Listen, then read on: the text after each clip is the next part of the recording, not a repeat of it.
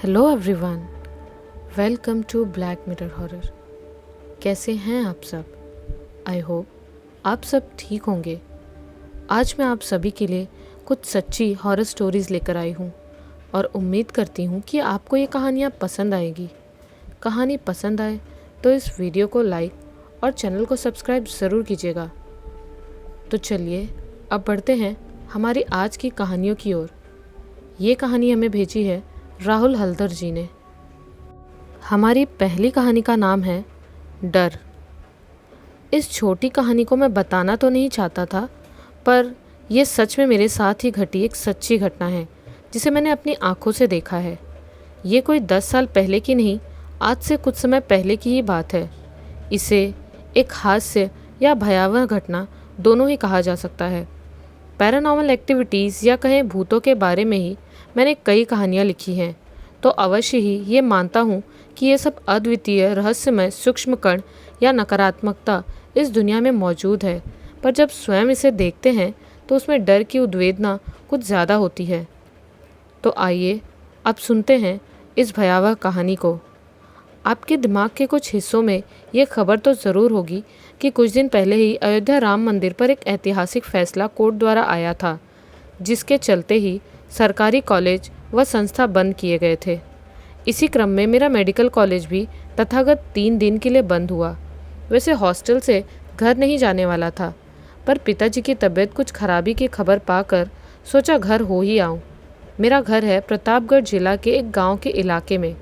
इसे ठीक गांव नहीं कहा जा सकता, क्योंकि घर के सामने से नेशनल हाईवे 731 जाता है, जो कि वाराणसी और लखनऊ को आपस में जोड़ती है। उस हाईवे से सटे सब गांव ही हैं। रात 10 बजे घर पहुंचा। अगले दिन घर से कहीं नहीं गया। वैसे दोस्तों से मिलने जाना था, पर सुबह से ही कुछ मेडिकल लैब प्रोजेक्ट के नोट में व्यस्त था। मैं बचपन से ही यहाँ हूँ, तो 2-3 अच्छे दोस्त भी हैं, तो घर आने पर उनके साथ बहुत मज़ा करता हूँ। घड़ी में शाम के 5 बजने वाले थे। मैं बालकनी में बैठा मोबाइल पर मृत्यु भोग कहानी के पहले भाग को बड़े ध्यान से लिख रहा था। सोचा आज पहले भाग को लिखकर कल तक प्रकाशित कर दूंगा। ठीक उसी समय मेरे स्कूल के दोस्त जितेंद्र का फ़ोन आया। वो मेरा जिगरी दोस्त है। सप्ताह में मोबाइल से 2-3 बार तो हम दोनों एक दूसरे का हालचाल और गाँव की खबर, जैसे जिस लड़की को सत्यम पसंद करता है उसने कुछ बोला या नहीं, आजकल मैच में छक्कों चौकों की बरसात करते हो या मेरे ही तरह सब भूल गए, बस यही सब बातें। कल दोपहर को ही उससे बात हुई थी और मैंने बताया था कि आज तक घर आ जाऊंगा, तो शायद इसी बारे में उसने जानने के लिए फ़ोन किया था। फ़ोन उठाया। राहुल घर पर हो क्या? एक वक्त मैं चहक गया कि गले की आवाज़ थोड़ी बदली सी लग रही थी, पर फिर भी उस आवाज़ से मैं जान गया कि जितेंद्र ही है। उसने बताया कि थोड़ी ठंडी लगी है, इसीलिए गला भारी है। उसने कहा, इतने दिन बाद आए हो तो आकर मिलोगे नहीं? कल मैं उससे मिलने उसके घर जाने वाला था, आज नहीं, इस कहानी को जो ख़त्म करना है। पर मैं तुरंत राज़ी था। छोड़ो, कहानी तो लिखनी ही है आज या कल। रेंजर साइकिल निकाल बाजार गया। 1 लीटर स्प्राइट व समोसा लेकर दोस्त के अड्डे पर चल पड़ा। 6 बज चुके थे। शाम अब कुछ अंधेरे में बदल गई थी। चिड़िया अपने घोंसलों में लौट चुकी थी। अब बारी झिंगुरों के झीझी की थी। गांव में जाने वाली सड़क और पास ही बड़े बड़े आम व महुओं के पेड़ और झाड़ियाँ, चलो इनसे मुझे कुछ डर नहीं लगा। मैं अड्डे पर पहुंचा। ये हम दोस्तों के पार्टी करने का स्थान है। एक खाली स्थान पर 2 बेंच, ऊपर छप्पर, आगे खुला खेत और उसके आगे ट्रेन लाइन, जिस पर अक्सर ट्रेन आती जाती रहती है। वो जगह जितेंद्र के खेत के पास ही है और घर से लगभग 200 मीटर दूर।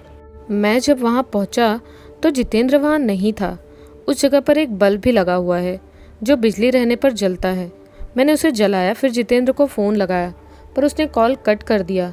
मैंने सोचा आ रहा होगा। पीछे से किसी के चलने की आवाज़ आई। मुड़कर देखा तो जितेंद्र था। और दोस्त कैसे हो, कहते हुए मैंने हाथ मिलाया। ये समय बहुत ठंडी का तो नहीं है, फिर भी उसके हाथ मानो एकदम बर्फ़ से भी ठंडे। मैंने बल्ब की लाइट में ये भी देखा कि उसके चेहरे पर हर वक्त जैसी चंचलता व खुशी नहीं है। गाल व होठ रूखे हुए, आंख पीली और चेहरा उतरा हुआ। वो हंसा, पर जैसे हंसना नहीं चाहता था। उस समय मैंने ये सब चीज़ें देखी, पर मैंने कुछ नहीं कहा। फिर मैंने स्प्राइट गिलास में डालकर उसकी तरफ बढ़ाया। फिर मैं भी पीते हुए उसके हालचाल पूछने लगा, पर वो मेरे किसी भी बातों का जवाब नहीं दे रहा था, केवल एकटक आगे के खेतों में देखे जा रहा था। फिर एकाएक बोला, तुम यहाँ क्यों आए हो? इस सवाल का जवाब अब क्या दूँ मैं? मैंने इसे मजाक में लेते हुए कहा, यार तुम्हारे गांव में लड़कियां पटाने। फिर भी उसने और कुछ नहीं कहा। फिर पास ही रखे 2 समोसों को उठाए और उठाकर उन्हें खाने लगा। वो मानो ऐसे खा रहा था कि जैसे कई दिन का भूखा हो। मैंने कहा, अबे मेरे लिए भी छोड़ना, अकेले ही मत खा जाना। उसने मेरे चेहरे को एक बार देखा और फिर पागलों के जैसे समोसे को खाने लगा। मैंने कुछ नहीं कहा, पर उसकी हरकतें अजीब थी। सारे समोसे खाने के बाद उसके मुंह पर एक हंसी थी। मैंने फिर ध्यान से लाइट में उसके चेहरे को देखा। उसकी आंखें जो अब तक पीली थी वो अब लाल हो चुकी थी और पूरा चेहरा भी, पर मानो अंदर से वो हंस रहा था। मैंने पूछा, काहे हंस रहे हो बे? पर कोई उत्तर नहीं आया। वो इतना चुप रहने वाला लड़का नहीं है, किसी न किसी बात पर बोलता ही रहता है। और आज इतना चुप और रूखा हुआ, कहीं घर पर कोई बात तो नहीं हो गई? इसलिए मैंने पूछा, घर पर कहीं डांट तो नहीं पड़ी? पर फिर उसने कुछ नहीं कहा। फिर एकाएक कांपते हुए बोलने लगा, मैं इसे नहीं छोड़ूंगा, कभी नहीं, कभी नहीं। और मुझे गाली देने लगा। शायद उसने मारने के लिए मुझ पर हाथ भी उठाया, पर मैंने हाथ पकड़ लिया। काहे मजाक कर रहे हो? इतना मैंने कहा। फिर वो घुटनों के बल बैठकर बच्चों की तरह हंसते हुए चलने लगा। ये अजीब था, पर उस समय मुझे वो देख बहुत जोर की हंसी आई। काहे पगलाए हुए हो भाई? नौटंकी हो गई हो तो बैठ जाओ। मैं यही बोल रहा था कि मेरे फ़ोन की घंटी बजी। पिताजी का फ़ोन था, कुछ सामान लाना था। मैंने उन्हें जल्दी आ रहा हूँ ये कहा। तभी जितेंद्र उठ खड़ा हुआ और हंसते हुए पास ही पेड़ों पर लात मारने लगा और कुछ बड़बड़ा रहा था। वहाँ बल्ब की लाइट नहीं पहुँच रही थी, पर उसकी हरकतें मैं उस अंधेरे में भी देख सकता था। मैंने वहीं से चिल्लाते हुए कहा, मैं घर जा रहा हूँ। उसने फिर गाली देते हुए कहा, भाग जा यहाँ से। मैंने उसकी ये बात भी मजाक की तरह ली, इसलिए साइकिल उठाकर मैं घर की तरफ कल मिलता हूँ कहते हुए चल पड़ा। आगे जाते ही रास्ते में जितेंद्र के पिता और उसके बड़े भाई उसे बुला रहे थे। मैंने उसके पिताजी को नमस्ते करते हुए बताया कि जितेंद्र खेतों के पास वाले बैठक के पास है। वो मानो चिंतित थे, जल्दी से उस ओर गए, पर मैं घर की तरफ बढ़ चला। मुझे अभी भी ये समझ नहीं आ रहा था कि जितेंद्र ऐसी हरकतें क्यों कर रहा था। मेरे मन में ये भी आया कि ऐसे लक्षण किसी नकारात्मक चीज़ों के प्रभाव से ही होते हैं, पर 2 भूतों की कहानियाँ लिखकर मैं अपने दोस्त के बारे में ये नहीं सोच सकता कि वो भी ऐसी किसी चीज़ों का शिकार है। मुझे तो उस समय ये केवल एक पागलपंती ही लगी और मजाक। अगले दिन सुबह 10 बजे मैंने जितेंद्र को फिर फ़ोन किया तो इस बार उसके बड़े भाई ने फ़ोन उठाया। उन्होंने बताया कि उसका इलाज चल रहा है। मैंने पूछा कि किस चीज़ का इलाज, पर उन्होंने इतना कहा कि घर आकर देख लो। अच्छा ठीक है। मैं जितेंद्र के घर पहुंचा तो उसके आंगन पर जो हो रहा था वो देख मैं दंग रह गया। जितेंद्र पागलों की तरह अपने आंगन में हाथों से माटी खोद रहा था, फिर उस माटी को चाटता और इधर उधर चिल्लाते हुए भागता। क्या दृश्य था! अब मुझे डर लगा कि आखिर उसे हो क्या गया है। उसके घरवाले उसे पकड़ते, पर वो उन्हें ढकेलते हुए भागता। आसपास के 2-3 और लोग भी उसे पकड़ने के लिए दौड़े और मैं भी। मैंने उसके बड़े भाई से पूछा कि उसे क्या हुआ है, तो उन्होंने बताया कि उसे भूत चढ़ा है। ये सुन मैंने कुछ और ना बोला। सुना एक तांत्रिक बाबा को बुलाया गया है। 4-5 लोगों ने मिलकर उसे पकड़ा और उसके हाथों को बांध दिया। वो गाली देते हुए चिल्ला रहा था। उसकी आवाज़ सुन ये पता चल रहा था कि हाँ, उस पर नकारात्मक साया या कहे भूत चढ़ा है। जब मुझे पता चला कि कल सुबह से ही कुछ ऐसी ही हरकत कर रहा है, तो मैं अपना हाल बताऊं तो पास ही खड़ा ये सोच रहा था कि मतलब कल मैं जितेंद्र के साथ नहीं, बल्कि उसके अंदर घुसे हुए एक साये से बात कर रहा था, जो उस अंधेरे में मेरे साथ कुछ भी कर सकता था। यही डर मेरे अंदर था। कुछ देर बाद एक बाबा आए और उन्होंने कुछ मंत्र पढ़ा और एक पुड़िया में कुछ दिया। किसी तरह पानी में घोलकर जितेंद्र को 5-7 लोगों ने पकड़कर उसे पिलाया। उसे पकड़ने वालों में एक मैं भी था।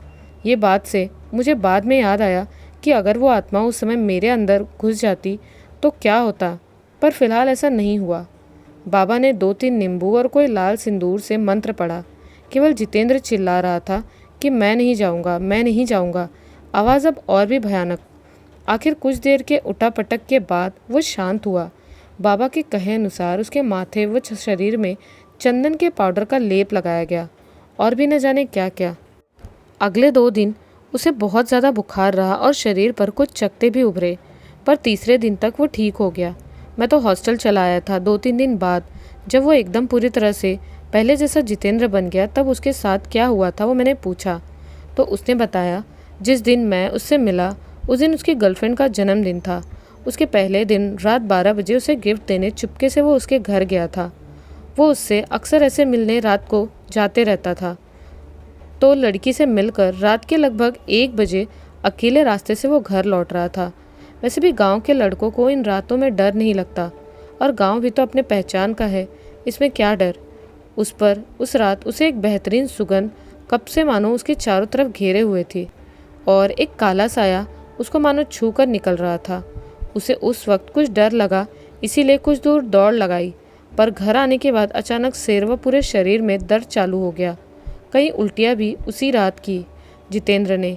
फिर सुबह उसे पता नहीं कि क्या हुआ, आगे उसे क्या हुआ उसे कुछ याद नहीं।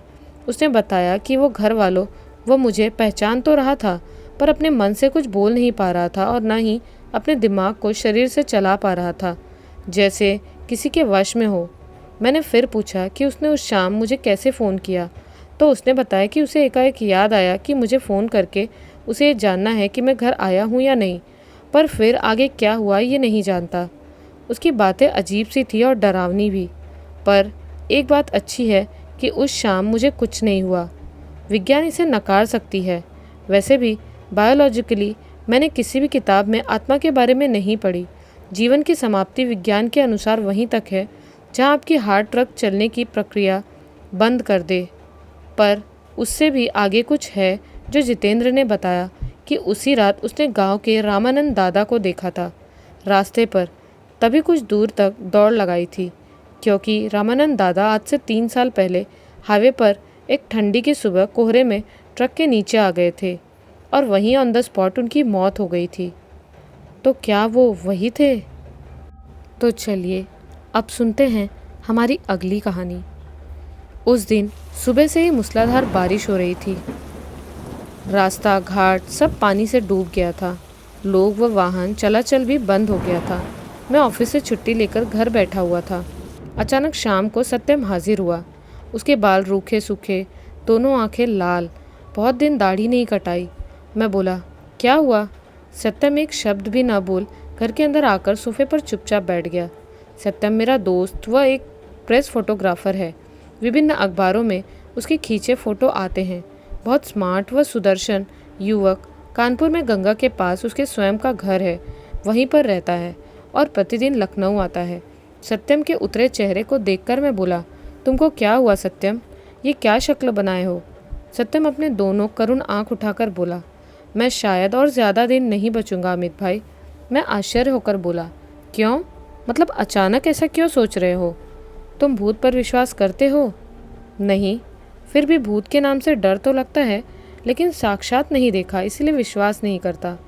सत्यम परेशान चेहरे को गाढ़ा बनाते हुए बोला, असल में मैं घर पर और नहीं रह पा रहा। आज कुछ दिन हुआ मेरे घर में सब अद्भुत कांड हो रहा है। अच्छा है मैं पागल तो नहीं हो रहा हूँ? लगता है वही हुआ है। छोड़ो, तुम्हारा भाई क्या कर रहा है?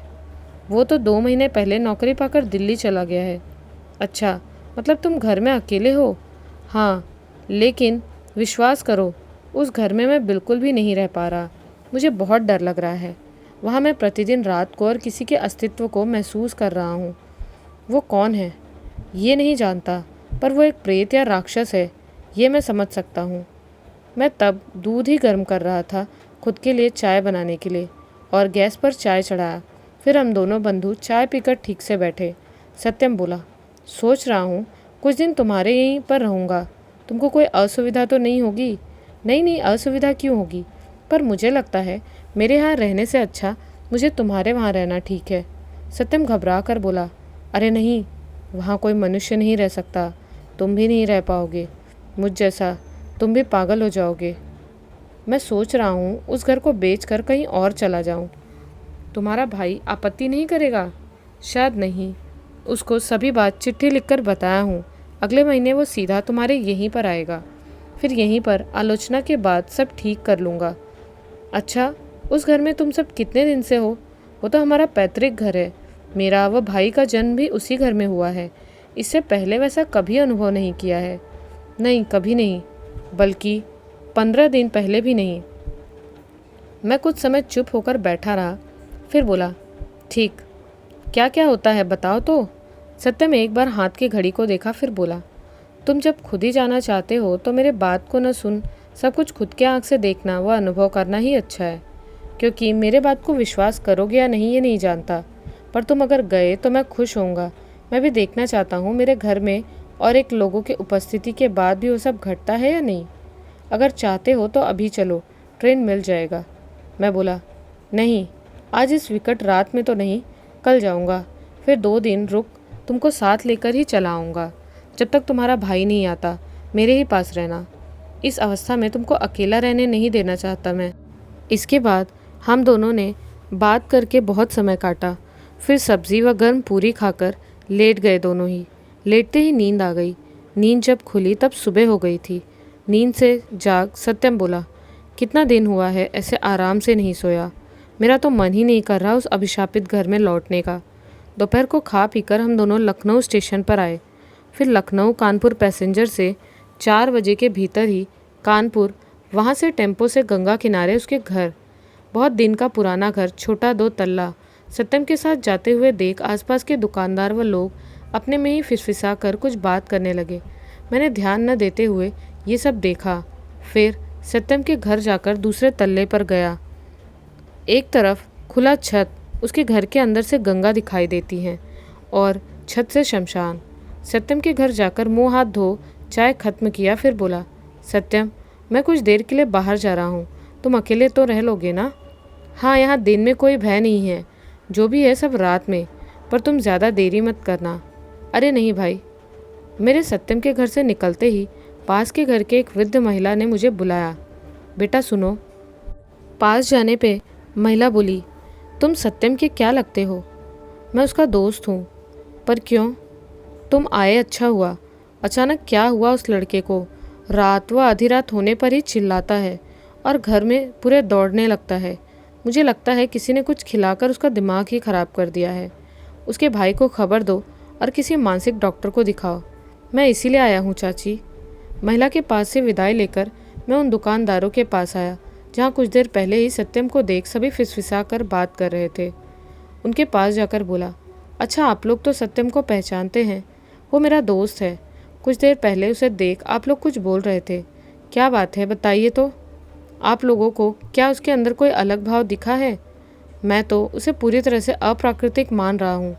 दुकान के लोग बोले, हाँ हम लोग भी कुछ दिन से ऐसा देख रहे हैं, और सबसे आश्चर्य की बात यह है कि वह प्रायः रात में चिल्लाकर बेहोश हो जाता है। उसी समय उनमें से एक युवक निकलकर बोला, मैं एक रात की घटना के बारे में बताऊं तो सुनकर आप चौंक जाएंगे। आप सोचेंगे झूठ बोल रहा हूं।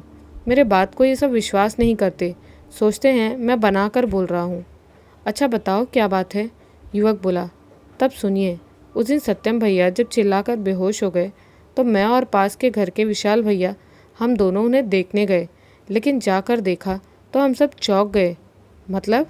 सत्यम भैया नीचे के दरवाजे पर कुंडी देते हैं और ऊपर का दरवाज़ा भी बंद करके सोते हैं। जाकर नीचे के दरवाजे को धक्का व खटखटा रहा हूँ तो कुछ देर धक्का देने के बाद देखा दरवाजे की कुंडी को किसी ने खोल दिया। हम जल्दी सीढ़ी से ऊपर जाकर दरवाजे का धक्का दिया हमने। सत्यम भैया की कोई आवाज़ नहीं आई। फिर अचानक मानो जादू मंत्र से ऊपर का दरवाज़ा भी खुल गया। हम भीतर जाकर देखे तो सत्यम भैया बेहोश होकर गिरे हुए हैं। अब मेरा प्रश्न यही है कि जिस घर में सत्यम भैया अकेले रहते हैं उस घर की कुंडी हमारे खटखटाने पर खोली किसने? देखिए, मेरी या विशाल भैया की बात को कोई भी विश्वास नहीं कर रहा। देखिए, आपके बात को कोई विश्वास करे या न करे, मैं कर रहा हूँ इसीलिए बोल रहा हूँ। आप लोगों में कोई भी एक आज रात हम लोग के पास रुकते तो खूब अच्छा होता। आज मैं खुद के आंखों से देखना चाहता हूँ कि यहाँ क्या होता है और नहीं। लेकिन नहीं, मेरे बात पर कोई तैयार नहीं हुआ। सबने कहा, नहीं नहीं, क्या बोल रहे हो? उस घर में रात को रहना नहीं हो सकता, बोला नहीं जा सकता। अगर सच में कोई डरावनी बात हो तो फिर भी, हाँ कोई भी भयावह कुछ दिखे तब चिल्ला कर बुलाइएगा। अगर आप बुलाएंगे तो हम एक नहीं सभी दौड़े आएंगे। बस आप नीचे के दरवाजे की कुंडी को खुला रखना। मैं अच्छा ठीक है बोलकर चला आया। जब मैं लौट कर आया तो देखा सत्यम छत पर रेलिंग के पास चुपचाप खड़ा है। मैं हंसकर बोला, क्या भाई, अकेले डर तो नहीं लगा? सत्यम बोला, नहीं नहीं, पर मन में बहुत साहस भी नहीं मिल रहा था, इसीलिए घर में न रहकर छत पे बैठा हूँ। अच्छा किया, अब चल ज़रा गंगा किनारे से घूम आओ। नहीं, कहीं नहीं, आसमान को देख रहे हो, अभी बारिश शुरू होगी। फिर चलो घर में रात के भोजन की तैयारी करते हैं। क्या खाओगे? जो भी अच्छा बन जाए। हम दोनों घर में जाकर स्टोव पर चावल रख दिए। शाम ढलकर रात हुई। चावल उतार रहा हूँ, उसी समय शुरू हुई ज़बरदस्त बारिश। वो क्या भयानक वर्षा, मानो पहले के रिकॉर्ड को हरा देगी। इसी में मैंने पूछा, दूसरे दिन क्या इस समय वो सब आरंभ होता है? सत्यम धीरे से बोला, कोई ठीक नहीं है, कभी शाम के बाद से होता है तो कभी आधी रात। वैसे तुम्हारे रहने के कारण नहीं भी हो सकता है। मैं खुद के मन में ही अनेक प्रकार की कल्पना करने लगा, क्या यहाँ क्या घटता है क्या नहीं, इसी को लेकर। पर सत्यम ने मुझे इस बारे में अभी तक कुछ नहीं बताया। उस समय रात 10 बज रहा था। इस समय तक तो सब कुछ बिना उपद्रव के कटा। मैं और सत्यम एक ही तख्ते पर आसपास लेटकर हम दोनों बात कर रहे थे। ठीक उसी समय अचानक लोड शेडिंग हो गई और तुरंत ही सत्यम मेरे पास हटकर बोला, अब वो आएगी, निश्चित ही आएगी। कौन कौन आएगी? आएगी, वो है, वो देखो वहाँ खड़ी है। देखो अमित, सत्यम चिल्ला उठा। मैं लेटे ही खिड़की की तरफ देखा कि खिड़की के कांच के पास 14-15 साल की एक लड़की बिखरे बालों से सटकर खड़ी है। मैं कड़े गले से बोला, कौन हो तुम? कौन? लड़की निरुत्तर। ठीक उसी समय ठक से माचिस जलाने की आवाज़ आई। इसके बाद ही दिखाई दिया टेबल का बत्ती जल रहा है। इस घर में मैं और सत्यम को छोड़कर और कोई नहीं है। फिर किसने जलाई ये बत्ती? कौन है वो पिशाच? तब तक छाया मूर्ति गायब हो गई। हम दोनों ही डर से जम गए। चारों तरफ निस्तब्ध सुनसान। सत्यम मानो काटे तो खून नहीं। मेरा पूरा शरीर पसीने से भर गया। ठीक उसी समय ऐसा एक हाथ ने उस जलती बत्ती को उठा लिया, लेकर दरवाजे के पास तक गया। कोमल गले की एक पुकार आई, आओ। मैं सत्यम को बोला, चल तो, कहाँ ले जा रही है, देखते हैं। नहीं नहीं, पागल मत बन, वो प्रतिदिन मुझे इसी तरह बुलाती है, मैं जाता नहीं हूँ। अरे आओ आओ, कह रहा हूँ ना, मुझे बहुत डर लग रहा है, मुझे छोड़ दो, डर लग रहा है। डर किस बात का, आज तो तुम अकेले नहीं हो, मैं तो हूँ साथ में, चलो। मैं प्रायः ज़ोर से उसके हाथ को पकड़कर मैंने उठाया, फिर टॉर्च लेकर दरवाजे की तरफ बढ़ा। दरवाजे की कुंडी अपने आप खुलकर 2 भाग हो गई। प्रकाश हमें पथ दिखाते हुए चला। सीढ़ी से नीचे उतरा। वो प्रकाश फिर नीचे के कमरे के दरवाजे की तरफ गया, जिस कमरे में सत्यम की फ़ोटो लैबोरेटरी थी। उसी कमरे के पास रुका वो बत्ती। कमरे में ताला दिया हुआ था, जो कि अपने आप खुल गया। हम दोनों ही उस कमरे के अंदर गए। बत्ती को टेबल के ऊपर रख वो हाथ अदृश्य हो गया और किसी का अस्तित्व वहाँ नहीं रहा। मैं बोला, क्या हुआ, बात करो, कुछ बोल क्यों नहीं रहे? बोलो, कौन हो तुम? सत्यम एकदम पत्थर। मेरे भी हाथ पैर सुन्न हो रहे थे। उसी समय सुनने में आया उसी लड़की के कंठ का स्वर, मुझे क्यों यहाँ पर लेकर आए हो? मुझे मुक्ति दो, मुझे बंदी बनाकर मत रखो, तुम दोनों के पैर पड़ती हूँ। मैं डरते हुए बोला, कौन हो तुम? फिर एक आवाज़ आई, मैं कोमल। तुम कहाँ हो? कौन तुम्हें बंदी बनाकर रखा है? मुझे देख नहीं पा रहे। यही तो हूँ मैं यहाँ हूँ। कंठ के स्वर को सुनकर कमरे के कोने की तरफ देखा कि उसी लड़की के प्रकाश की तरह हल्का शरीर अंधकार में उग आया। क्या करुण चेहरा है। वो अपने छाया के शरीर को लेकर सत्यम के टेबल की तरफ आगे बढ़ी। फिर ड्रॉर खींचकर एक लिफाफे को टेबल पर रखते ही फिर अंधकार में मिल गई। मैंने टेबल के पास जाकर लिफाफे को खोलते ही उसके अंदर इस लड़की की एक फुल साइज़ की फ़ोटो को देखा। फ़ोटो की तरफ देखकर मैंने अचानक देखा फ़ोटो की आकृति का चेहरा विकृत सा हो गया। होठ दोनों काँप रहे हैं, दोनों आँख बाहर की तरफ निकल रहे हैं। उफ, क्या विभत्स दृश्य था वो। और देखा फ़ोटो के गले के ऊपर मोटा रस्सी के दाग क्रमशः उभर रहे हैं। एक समय फ़ोटो के भीतर से वो लड़की चिल्ला कर बोली, अभी तक खड़े होकर क्या देख रहे हो? मुझे कष्ट हो रहा है, मैं और सह नहीं पा रही हूँ। तुम लोग तुरंत ही इसे नष्ट कर दो, फाड़ कर आग से जला दो। मैं काँपते हुए बोला, तभी तुम्हारी मुक्ति होगी। हाँ, चिरकाल के लिए मुक्ति पाऊंगी मैं। मैं अपने अस्तित्व को पृथ्वी पर एक बूंद भी नहीं रखना चाहती। लेकिन क्यों नहीं चाहती, वो आप सबको जानने की ज़रूरत नहीं है। केवल ये जानो, जिसके ऊपर अभिमान करके मैं आत्महत्या करने को बाध्य हुई, उन्हीं के दीवार पर ये चित्र होकर मैं कभी भी नहीं रह सकती, कभी नहीं। मैं जल्दी से उस फोटो के टुकड़े टुकड़े कर माचिस से जला डाला। एक आवाज़ फिर शून्य में चली गई। मैं सत्यम से बोला, ये फ़ोटो तुमने खींचा है? सत्यम बोला, हाँ, 1 साल पहले कानपुर के हरिराम तिवारी की लड़की है वो, उसके जन्मदिन पर खींचा था। कुछ दिन पहले ही हरिराम जी रोते हुए आकर लड़की की फ़ोटो से मांग रहे थे। उन्होंने बताया, बीते महीने एक भूल समझ के कारण लड़की को वो और उनकी स्त्री ने खूब डांट लगाई। उसके बाद ये घटना, उस लड़की ने अचानक गले में फांसी लगाकर आत्महत्या कर लिया। लेकिन साल पहले जो फ़ोटो खींचा गया था, उसे अब क्यों लेने आ गए थे हरिराम जी? 1 साल पहले फ़ोटो को खींचा, पर खींचने के बाद पैसे नहीं मिले। नहीं पैसे देने के कारण मुझसे वो और कभी मिले भी नहीं। मैंने भी फ़ोटो नेगेटिव वॉश करके रख दिया था। अब लड़की के अस्तित्व की रक्षा के लिए हरिराम जी डबल चार्ज देकर फ़ोटो को लेने आए थे। पूरे पैसे भी देकर गए हैं, किंतु मुश्किल ये है कि हरिराम जी से पैसा लेकर भी नेगेटिव को कहीं खोज नहीं पा रहा था। बहुत खोजने के बाद अंत में पाया, लेकिन ये फ़ोटो तैयार करते समय ही जितनी सब विपत्ति, बार बार नेगेटिव के भीतर से वो लड़की मुझे परेशान करती, डर दिखाती, इसीलिए नीचे के कमरे में जाना ही आजकल बंद कर दिया था। वो नेगेटिव फ़ोटो अभी भी है। हाँ है, दिखाओ। सत्यम नेगेटिव फ़ोटो को मेरे हाथ में रखता है।